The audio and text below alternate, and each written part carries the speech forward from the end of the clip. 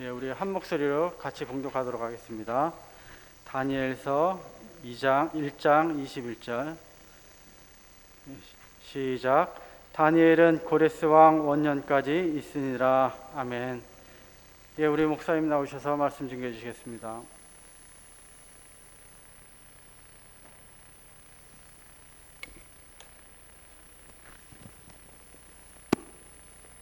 예, 오늘은 우리 광복 75주년, 어제 광복절을 지냈습니다만은 우리가 기념하면서 광복절로 하나님 앞에 드립니다. 우리 8월 달은 거룩에 관한 주제를 가지고 우리 하나님의 말씀을 듣고 있습니다. 지난 주일은 나사린처럼 우리의 삶이 하나님 앞에 거룩해지게 하옵소서 하는 우리 말씀을 가지고 함께 나누었습니다. 우리에게 주어진 이 몸은 여러분 우리 몸이 아니라고 그랬습니다. 누구 몸입니까? 하나님께서 예수 그리스도를 통해서 피값으로 사신 몸입니다. 그래서 우리 가운데는 지금 누가 계십니까? 바로 하나님이 우리에게 보내신 성령님이 우리 가운데 계십니다. 이 성령님이 우리를 향하여 무엇을 적용시켜 주시느냐 하면은 예수님의 십자가에 죽으심은 바로 나의 죄 때문에 죽으십니다. 그리고 이제 우리의 몸은 그가 죄값으로 죽으심으로 이제 더 이상 우리의 몸이 아니고 주님의 몸이 되었다는 겁니다. 그래서 그런즉 너희 몸으로 하나님께 영광을 돌리라. 여러분 하나님께 영광을 돌리는 우리의 몸이 어떻게 해요? 바로 하나님의 거룩함에 참여하는 거룩한 성도의 삶이 된다는 겁니다. 여러분 성도의 정체성은 거룩함입니다. 하나님이 거룩하시기 때문에. 어떤 하나님이십니까? 지금 여러분 삼위 하나님은 한 분이십니다. 그런데 그 삼위 성령 하나님이 지금 어디 계십니까? 여기 계십니다. 여러분 믿습니까? 그 성령 하나님은 어떻게 하시는 분이십니까? 우리를 거룩하게 바꾸시고 변화시키시는 놀라운 하나님이신 줄 믿습니다. 그 하나님은 어제나 오늘이라 영원토록 동일하게 우리 가운데 함께 하시는 하나님입니다. 특별히 여러분 우리는 75년 전에 도저히 일본 그 제국주의로부터 우리가 광복을 맞을 것이라는 것은 상상도 하지 못했습니다. 그래서 수많은 애국주의자들 가운데 보면은 처음에 의사능력과 그리고 5년 뒤에 한일 합방을 통해서 우리나라가 일본에 의하여 넘어가게 되었을 때 1919년 9년 뒤에 3.1절이 있으면서 많은 이들이 이건 아니라고 몸부림쳐 봤습니다. 그런데 그 일본이 생각한 것보다는 더 강력하고 커집니다. 우리나라만 아니라 중국을 정복하고 필리핀이라든지 정복해 가는 걸 보면서 이것은 우리에게 중과부족이구나 생각을 하고, 그렇게 처음에는 항일했던 많은 분들이 돌아서면서 친일에 가까워지면서 또 많은 사람들이 우리의 입에 안타깝게 친일로 오르내리는 경우들을 많이 보게 됩니다. 왜 그렇습니까? 사람은 약하기 때문입니다. 그리고 미래를 볼 수 없기 때문에 그렇게 된다는 사실을 우리가 알아야 합니다. 그런데 여러분 우리는 독립운동가들의 상일 이렇게 예고하는 분들을 통해서 이 대한민국이 여러분 광복을 맞이했느냐? 여러분 결코 그렇지 않은 것은 아시죠? 그분들의 예성과 피 흘리심이 얼마나 존귀하고 고귀한 피 흘림인가를 우리는 기억하고 또 기억해야 합니다. 그러나 여러분 이 나라의 광복은 하나님이 주셨습니다. 여러분 믿습니까? 하나님이 주셨습니다. 그걸 누가 6년 전에 여러분 일본 국회의사당 거기에 들어가서 저 위에서 피라를 뿌리면서 말했습니까? 일본 제국주의에 의해 이 의회에서 당신들이 하나님 앞에 회개하고 돌이키고 당신들이 바로 서지 않으면 하나님이 하늘에서 불을 내려서 너희를 멸망하게 하실 거니까 당신들이 돌이키라고 했던 이들이 있었습니다. 누굽니까? 박관준 장로님입니다. 그의 아들입니다. 그리고 안희숙 여사입니다. 그들은 결국 붙잡혀가고, 그리고 박관준 장로님은 이제 일제 탄압에 의하여 이제 순교를 당하시고 말았습니다만은, 그러나 여러분 분명한 것은 하나님께서 이 나라에 하나님이 보호하셔서 광복을 허락해 주신 줄 믿습니다. 하나님이 허락하신 거예요. 왜 하나님이 그렇게 허락하십니까? 하나님께서 이 나라에 가장 캄캄하고 어두웠던 고난의 시간이었던 1884년 9월 말입니다. 대한제국이 세워질 때입니다.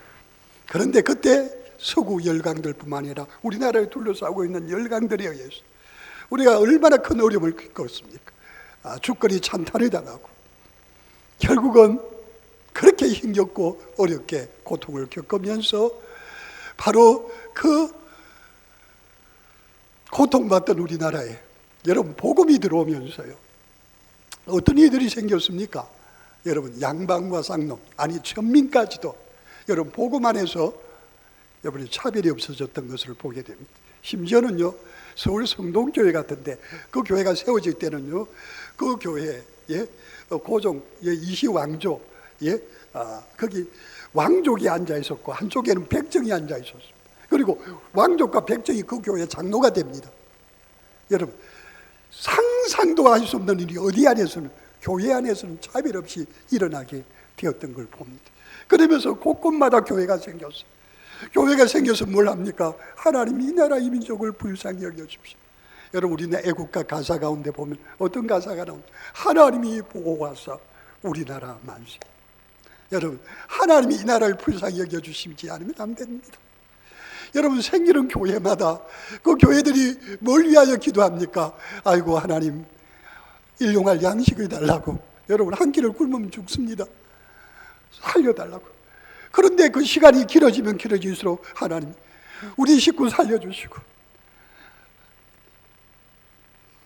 우리 이웃 살려주시고 하나님 고통받는 이 나라 이 민족 살려주시고 하나님 이 나라가 하루속히 해방이 되게 하시고 해방이 되고 난 후에는 하나님 이 나라 이 민족에 주여 먹고 살만하게 해주시고 하나님께서 도와주십시오. 그렇게 울며 먹며 기도하면서 하나님 앞에 하나님을 가까이 하면서 주의 말씀 듣고 믿어 먹고 담대해서 아무리 힘들고 어려워도 포기하지 않고 하나님 앞에 기도하는 가운데 하나님의 기적과 능력의 주인공들이 되었고 그 은혜와 혜택을 여러분 이 나라 이 민족이 함께 지금 누리고 있습니다. 그러나 지금 우리는 광복이 되었지만 진정한 통일, 제가 왜 진정한 통일을 이야기하느냐 하면은 여러분 우리 가족 가운데는 실향민들이 의외로 많습니다. 저도 저희 아버님이 이북에서 단신을 올라마셨고 지금도 생각만 하면 밤에 어떤 데는 눈물을 보이십니다. 어디요? 내 고향에 가고 싶다는 거. 내 고향에 가고 싶다. 얼마나 많은 분들이 잠시 후면 돌아가겠다고 생각했던 그 고향 땅을 수많은 시간이 흐르고 그러면서 소년 시절이 지나고 청년 시절을 지나고 장년이 지나지고 이제 죽음을 눈앞에 두고 있는 분들이 그 고향 땅이 눈에 밟혀서 이러지도 저러지도 못하는 것들을 사랑하는 가족들이 보면서 하나님 앞에 주여 하루속히 남과 북을 하나님 평화적이고 그리고 복음적이고 그리고 자유민주적으로 통일시켜 주십시오 하고 기도하지 않을 수 없습니다. 진정한 광복인 이 통일의 그날은 여러분 누구를 통해서 오겠습니까? 저는 하나님을 통해서 온다고 믿습니다. 그런데 하나님이 누구에게 허락하시겠습니까? 오늘 그것에 대한 해답을 우리에게 허락해 주는 것이 오늘 본문의 말씀입니다. 여러분 이 다니엘이라고 하는 소년이 바벨론 느부갓네살의 포로가 되어서 1400km 그 어마어마하게 멀리 떨어진 예루살렘에서 바벨론으로 오기까지 얼마나 고통스럽고 어렵겠습니까? 여러분 적어도 우리나라는 여러분 일본의 압제를 받을 때는 많은 사람들이 거의 우리나라 안에서 많이 받았습니다. 그런데 여러분 이 남유다가 망하기까지 세 차례 바벨론의 공격을 받을 때 많은 사람들이 그곳에서 죽었고 그 사람 가운데 괜찮다고 싶은 사람들은 다 어디로 끌려갔습니까? 바벨론으로 끌려갔습니다. 예전에 우리가 살인으로 또 어디 다른 데로 도망가고 또 잡혀가고 끌려갔던 것과 같이 끌려갔습니다. 여러분, 이 소년이 끌려갔습니다. 여러분, 얼마나 암담했겠습니까? 얼마나 힘들었겠습니까? 그는 그곳에 끌려가서 바벨론 느부갓네살의 바로 포로로 잡혀온 식민 나라의 인재들을 3년 동안 훈련시켜서 그들을 활용해서 세계를 자신들의 손에 넣고 아주 바벨론 제국을 견고하게 만들기를 원했던 겁니다. 여러분, 다니엘은 끌려오는 그 수많은 시간 동안 그곳에 잡혀와서도 그가 들은 하나님의 메시지를 기억하고 있었습니다. 그가 들은 하나님의 메시지, 그것은 바로 예레미야의 메시지입니다. 예레미야 선지자는 바로 다니엘의 아버지 그리고 다니엘의 할아버지, 그들에게 하나님의 메시지를 전해준 진정한 하나님의 선지자입니다. 여러분, 남쪽 유다가 예루살렘에 있는 자들이 하나님 앞에 우상을 섬기고 하나님 앞에 음란하고 죄를 범하면서도 하나님께서 그 죄에 대한 심판으로 자기 백성들에게 고통을 주는데, 여러분, 하나님이 세우신, 하나님이 말씀을 주시는 하나님의 선지자라면 어떻게 해야 되겠습니까? 전능하신 하나님 앞에 겸손해라. 너희들이 하나님 앞에 잘못했던 것을 토해내고 하나님 앞에 돌이키면은 하나님의 전능한 능력으로 너희를 어떤 고난 가운데 또 지켜주실 것이다. 그런데 여러분, 더 무서운 일이 있습니다. 그건 뭐냐? 거짓말 자인들이 많다. 여러분, 진짜 선지자는 소수인데 거짓 선지자들은 다수입니다. 그들은 뭐라고 합니까? 우리의 하나님은 전능한 하나님입니다. 우리에게는 성전이 있고 우리 성전에는 법궤가 있다. 그러기에 우리는 외부의 어떤 세력 앞에서도 우리는 하나님의 거룩한 백성이기 때문에 하나님이 반드시 지켜주신다. 아멘. 여러분도 지금 아멘 할 겁니다. 그런데 여러분, 우리가 아무리 아멘 해도 하나님은 공평하신 하나님입니다. 하나님은 의로우신 하나님입니다. 하나님은 아무리 자기 자식이, 자기 백성이 라고 하더라도 거룩하신 하나님에 반하여 부정한 것에 오염이 되고 죄에 오염이 되고 허물과 악한 것 가운데 자신이 더럽혀진 그들을 향하여 우리 하나님은 그들을 끊어내실 수는 없습니다. 그들을 향하여 그 불의에 대하여 의로우신 하나님은 진노의 심판을 가하시는 하나님이신 줄 믿습니다. 그러기에 여러분, 그 하나님의 심판과 진노로부터 돌이키는 길은 딱 하나밖에 없습니다. 그것은 죄로부터 돌아서는 겁니다. 죄에 오염된 우리가 죄에 오염된 그곳에서 돌이켜서 하나님의 거룩하신 가까이로 나아가는 것밖에는, 하나님께로 우리의 삶과 모든 것을 돌이키는 것 외에는 하나님의 보호하심과 하나님의 회복을 바라볼 수는 없습니다. 그런데 거짓 선지자들은 뭐라고 합니까? 너희가 하나님의 백성이니까, 너희가 거룩한 백성이니까, 너희를 할례받은 하나님의 나라 백성이니까 너희는 아무렇게나 해도 결국은 그 끝은 누가? 하나님이 보호하신다. 우리 같이 하실까요? 거짓말이다. 거짓말입니다. 오늘날 여러분, 이 땅에 있는 우리 교회들 안에 이 거짓말로 많은 이들이 오염이 되어 있는 것을 보게 됩니다. 여러분, 이 속에 성령 하나님이 계십니다.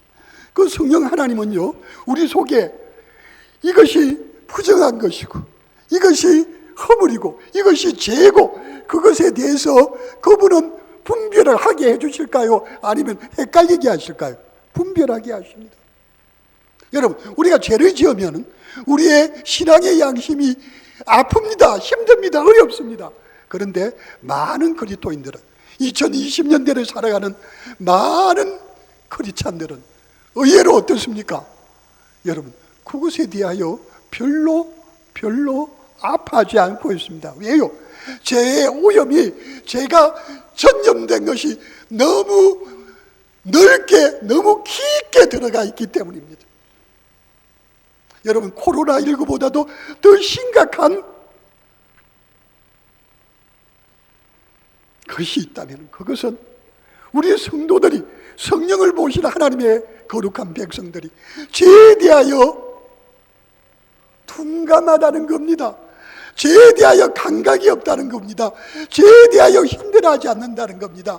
그냥 내가 교회 나가니까, 그냥 내가 하나님 믿으니까 하나님 나를 구원해 주실 거라고 하는 막연한 기대 가운데, 그리고 그런 잘못된 메시지들을 통해서 우리는 막 이렇게 저렇게 하다 보면은 하늘나라 가는 것은 우리에게 정해진 길이야 하고 그냥 그 길을 걸어가고 있다고 하는 사실입니다. 여러분, 다니엘은 바벨론에 붙잡혀 왔습니다. 그런데 그는 처음부터 그가 하나님 앞에 결심한 대로 자신을 죄로 오염시키기를 원하지 않았습니다. 여러분, 죄로 뭐가 오염이 됩니까? 여러분, 우리 오늘 다니엘서 1장 21절 한 절만 읽었습니다만 1장 8절에 보면 이렇게 말합니다. 다니엘은 뜻을 정하여 왕의 음식과 그가 마시는 포도주로 자기를 더럽히지 아니하리라. 아멘. 여러분, 여기 왕의 음식과 그가 마시는 포도주가 누구에게 나옵니까?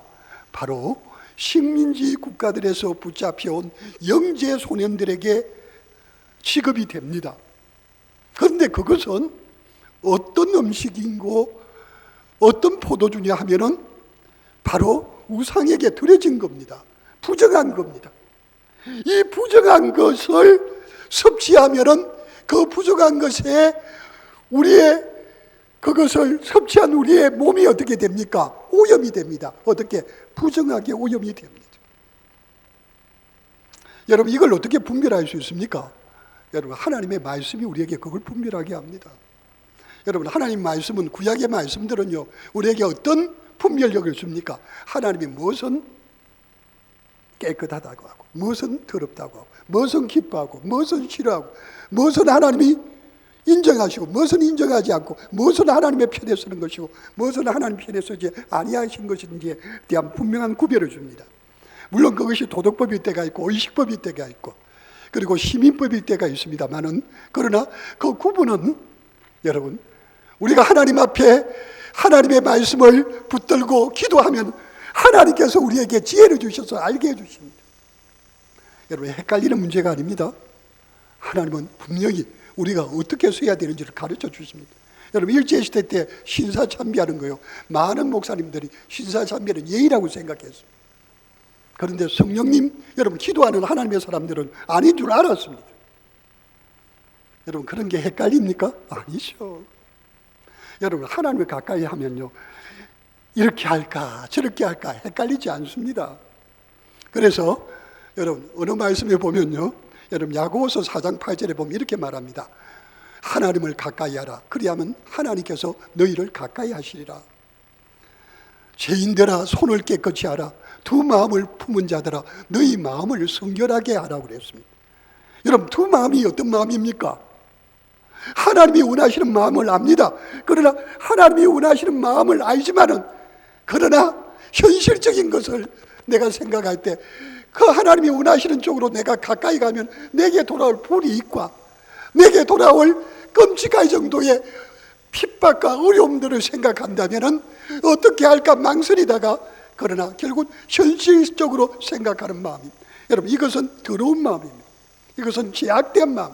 그래서 여러분, 야고보서 1장에 보면 그렇게 말합니다. 뭐라고 말하느냐 하면은요, 두 마음을 품어 모든 일에 정함이 없는 자로다. 여러분, 두 마음을 품어 모든 일에 정함이 없는 자가 어떤 자입니까? 오직 믿음으로 구하며 조금도 의심하지 말라. 의심하는 자는 마치 바람에 밀려 요동하는 바다 물결 같도다.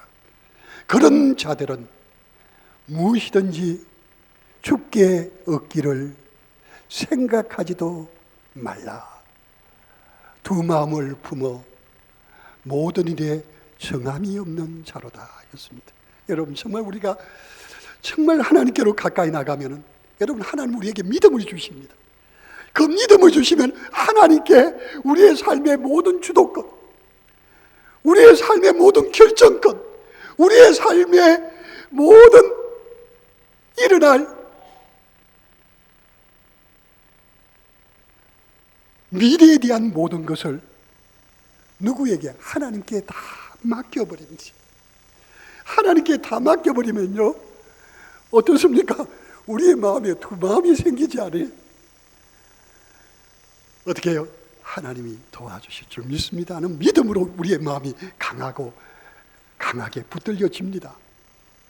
그런데 여러분, 그 믿음이 없으면, 의심하는 마음이 생기면요, 우리의 마음이 어떻게 되는 겁니까? 우리도 모르게 악한 것에 오염이 되어서 더 이상 하나님의 말씀이 중심이 아니라, 눈에 보이지 않는 하나님이 중심이 아니라 뭐요? 우리의 눈에 보이는, 우리에게 주어진 실리, 유익, 기회, 출세, 부귀영화, 인정받는 것, 내가 잘 되는 것, 그것이 나의 주가 된다는 사실입니다. 여러분, 다니엘은 자신이 하나님 앞에 죄에 오염시키지 않고 하나님의 말씀을 쫓아서 거룩한 삶을 살기로 결심하는 것, 그 결과는 사실이 그 바벨론의 영재 교육의 그 훈련원에서 쫓겨날 수 있고, 그리고 그가 그것 때문에 핍박을 받을 수 있고, 그리고 그가 그것 때문에 죽을 수 있다는 사실을 왜 모르겠습니까? 왜 모르겠습니까? 그러나 그는 세계를 주름잡는 바벨론, 아수르 제왕, 그리고 그의 밑에 있는 그 모든 권세와 영광과 힘, 그리고 그 힘으로 자신을 향하여 내게로 오라, 내가 너의 삶을 책임져 주겠다는 손짓 앞에 그는 망설이지 않았습니다. 왜냐하면 여러분, 역사의 진정한 주관자가 되시는 전능하신 하나님, 우리의 눈에 보이지 않지만 지금까지 우리의 삶과 역사를 통해서 자신을 분명하게 입증시켜 주셨던 그 살아계신 하나님, 여러분, 다니엘은 그 살아계신 하나님을 지금까지 믿음으로 경험하고 경험해 왔습니다. 그래서 그에게 더 존재감이 있고 그에게 더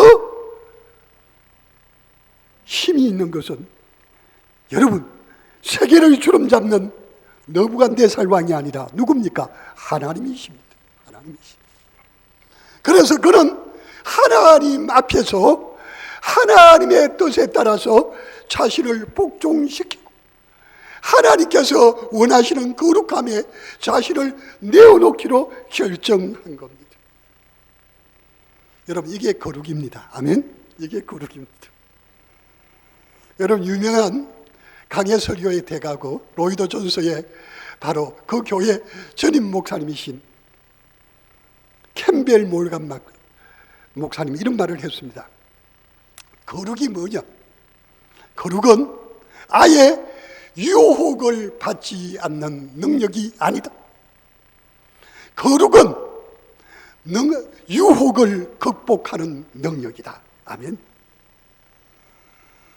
여러분, 캠벨 목사님이 뭐가 거룩이라고 그랬습니까?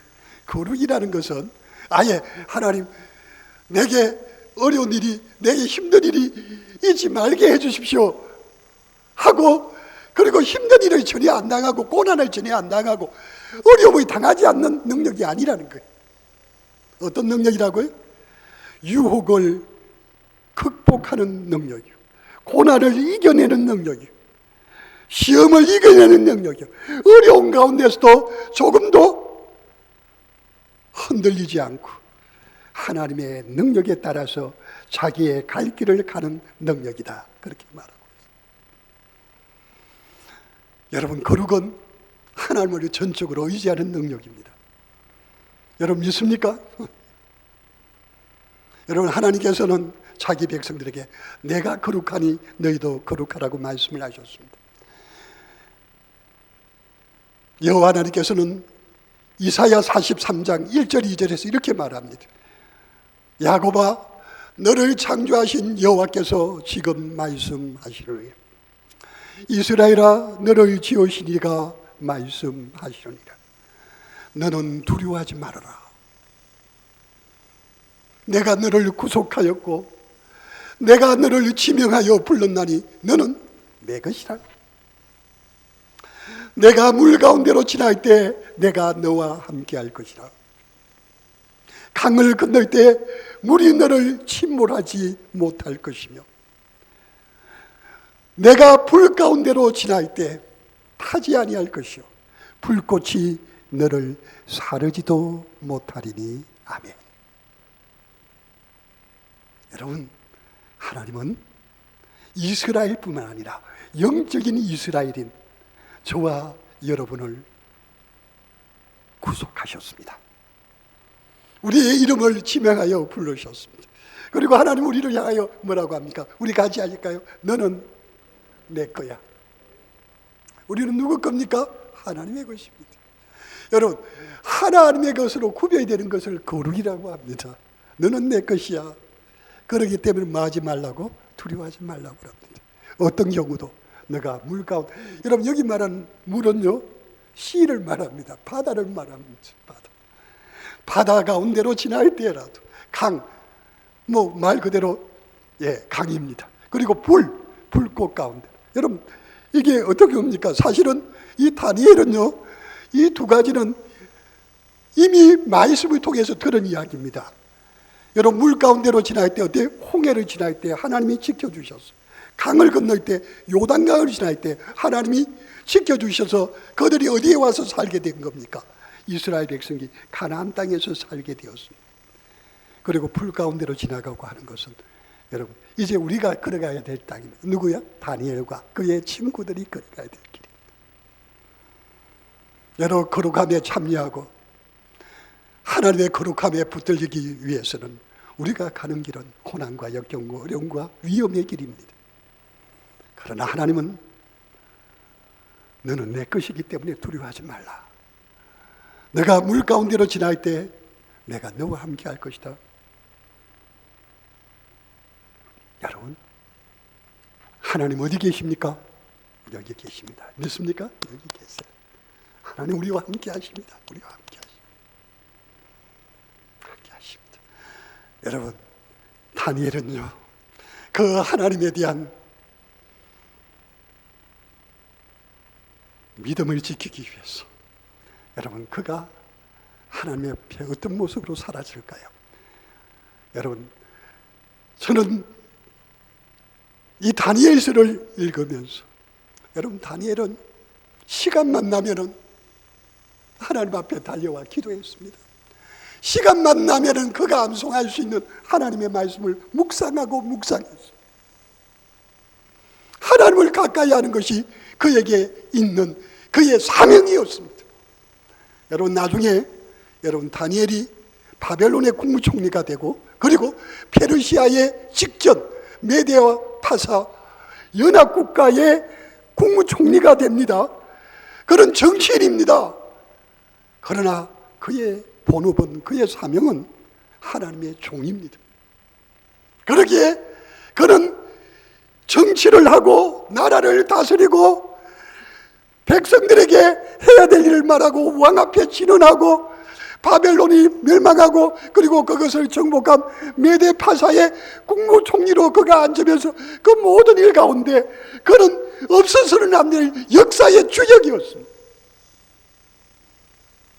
그럼에도 그가 가장 심혈을 기울였던 것은 뭡니까? 하나님을 가까이 하는 겁니다. 여러분 잘 아시죠? 다니엘서 6장에 보면은 그가 다리오 왕이 바벨론을 멸망시키고 인재들을 등용해서 높은 자리에 앉힐 때 누구를? 이 다니엘을 국무총리 가운데 또 제일 높은 자로 앉혔다고 그랬습니다. 그러니까 그 곁에 있는 자들이 시기해서 그를 무너뜨리려고 하는데 여러분 다니엘에게는요 결점이 없어요. 도덕적으로, 사회적으로 그의 하는 행정적인 능력이나 정치적인 능력이나 모든 것에 하자가 없는 사람이에요. 다른 말 바꾸면 하늘과 땅을 우러러 조금도 부끄러움이 없는 삶을 사는 사람입니다. 여러분, 오늘날 크리스찬 정치가가 있습니다. 경제가가 있습니다. 사업가가 있습니다. 여러분, 의사가 있습니다.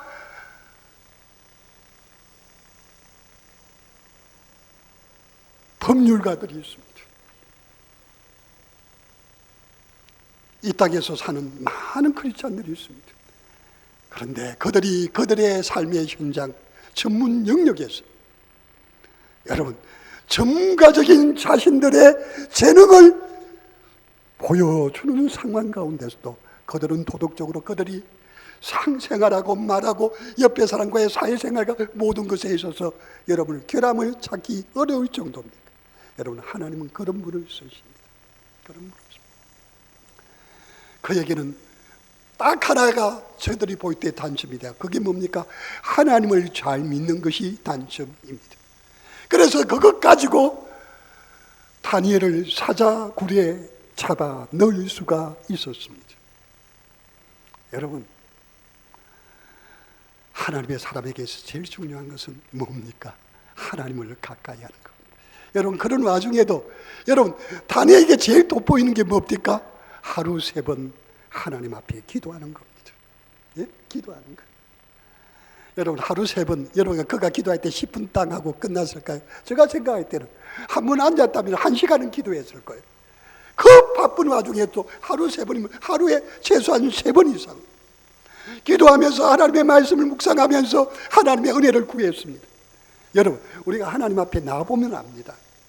여러분, 말씀을 묵상하고 기도하다 보면요, 여러분, 우리가 보통 사람이요, 하루에 어떤 일들을 계획하고 해가지고 하루에 그가 이제 10시간의 능률을 열심히 해서 거둘 수 있는 일을 여러분, 기도하고 하나님 앞에 지혜를 구하면 30분 해도 10시간의 일을 다 할 수 있습니다. 더 중요한 것은 일의 양이 아니라 일의 질의 문제에 있어요. 어떤 사람은 상상도 할 수 없는 것을 기도하는 가운데 하나님이 뭘 주시면은 그 머리에다가 하나님이 지혜를 넣어주시면은 여러분, 이게 인류가 1000년 동안 이룰 수 없는 일도 하나님이 지혜로 한 번에 다 해결하게 하실 수 있는 하나님입니다. 여러분, 믿습니까? 저는 그런 하나님을 믿습니다. 다니엘도 그런 하나님을 경험했어요. 여러분, 이게 기도의 능력이에요.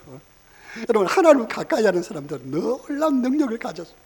여러분, 저 사업하는 사람들 가운데 세계적인 사업가들, 그들의 간증 들어보면요, 기도하는데 모든 것이 완전히 다 망해가지고 알거지가 돼가지고 이제 어디 갈 때도 한돈 얼마도 없는 상태에서 하나님 앞에 기도하는데, 켄터키 닭을 이렇게 굽고 또 뭡니까, 햄버거를 이렇게 만들, 하나님이 주시는 지혜를 주시면요, 이게 그 미국이나 어떤 다른 나라 하나가 아니라 세계를 경영할 수 있는 사업가가 되게 하나님 만들어 주십니다.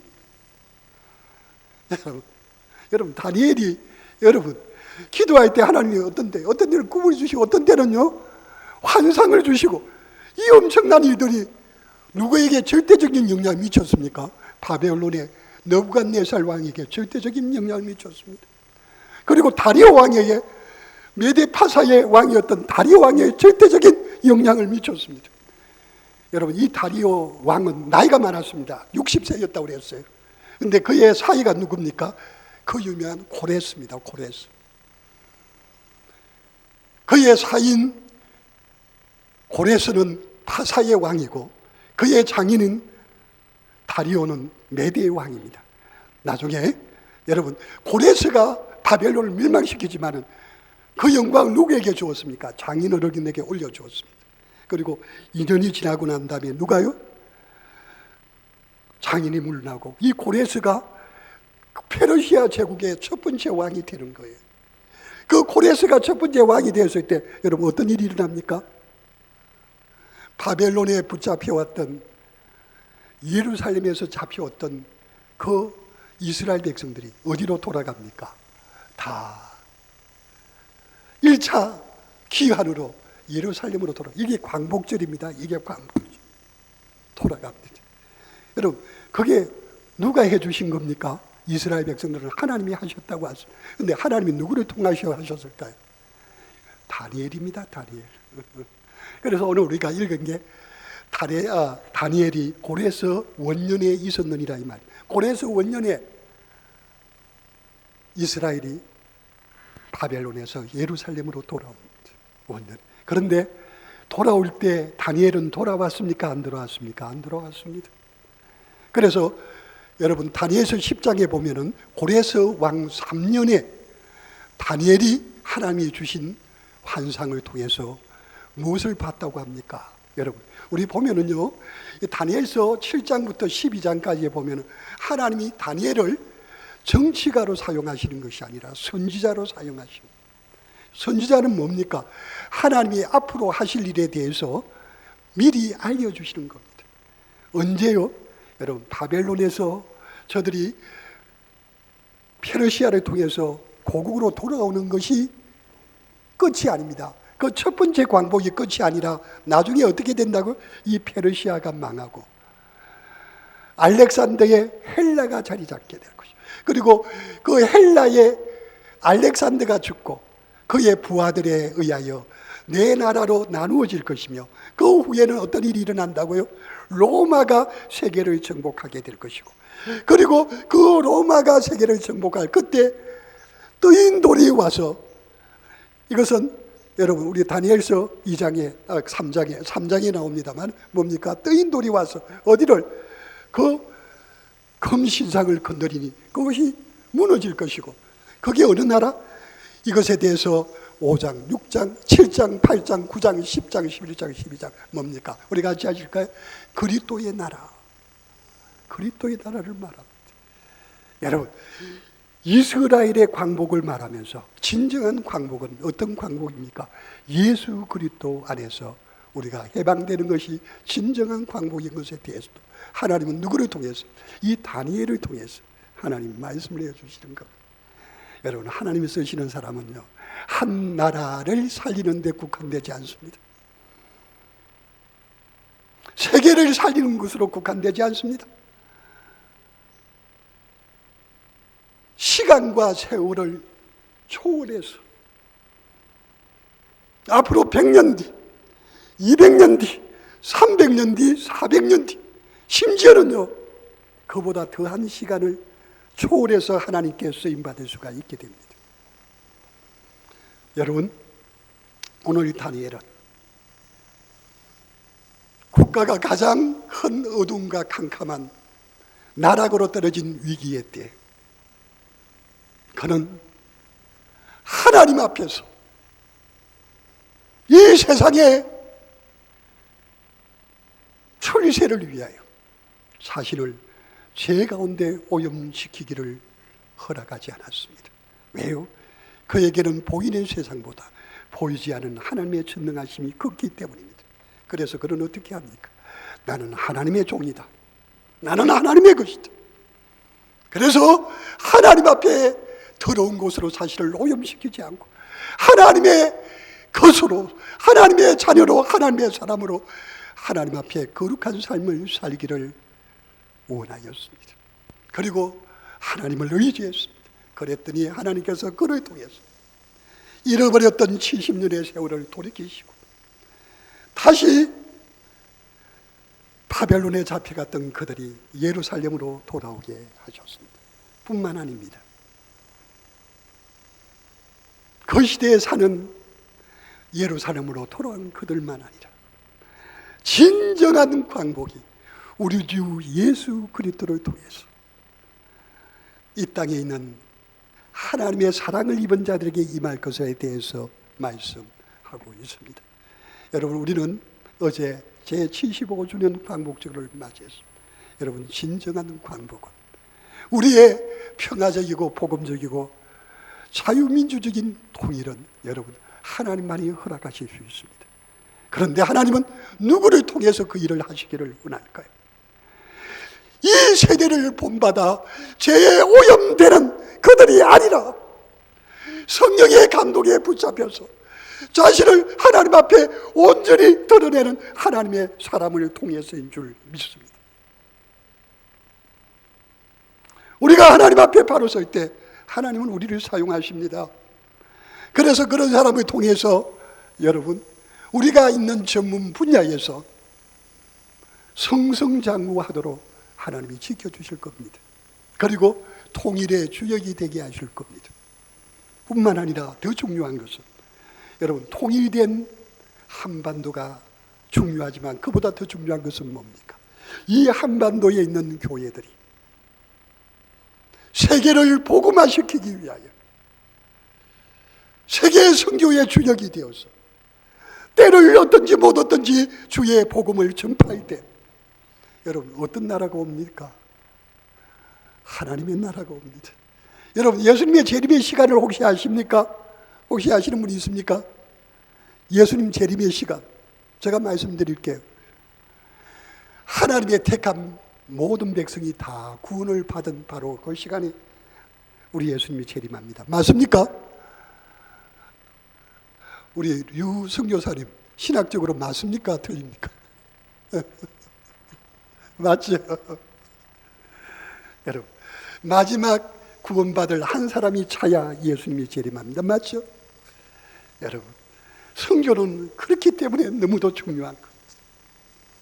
여러분, 우리 대한민국만 선교하는 게 아니고 한반도가 통일되어서 여러분, 예전에 그 평양과 그 선천 그런 데 있던 교회들이 다시 일어났어. 여러분, 이 땅에 그리스도의 계절이 돌아왔어. 교회마다 하나님의 은혜로 불붙어서 선교사를 파송하고 세계 만방에 선교사를 보냈어.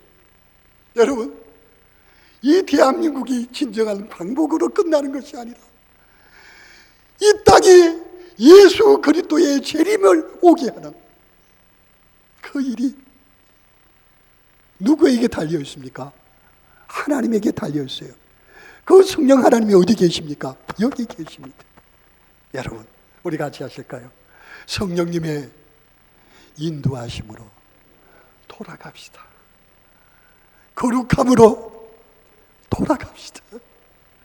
돌아가면 그분이 하십니다. 우리가 그분을 의지하면 그분이 그 일을 이루십니다. 그러나 이제는 너희가 죄로부터 해방되고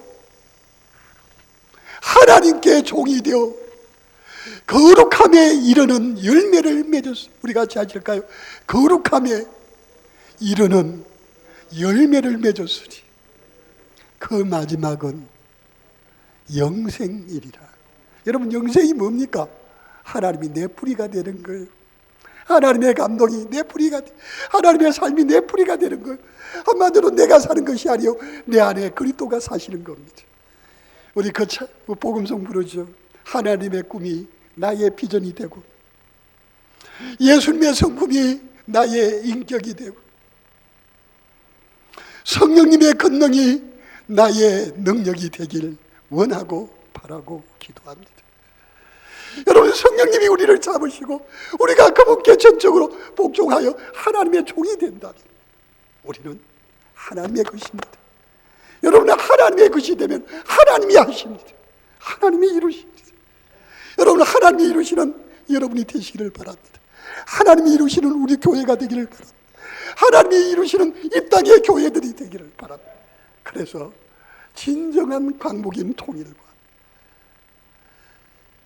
하나님의 가장 위대하신 꿈인 예수 그리스도의 재림을 통한 새 예루살렘, 새 하늘과 새 땅이 임하는데 하나님께 아름답게 쓰임받는 성령의 사람, 바로 그가, 우리 같이 하실까요? 바로, 자, 다 자기를 가르치기를 바랍니다. 바로 내가 되기를 원합니다. 아멘. 우리 함께 기도하겠습니다.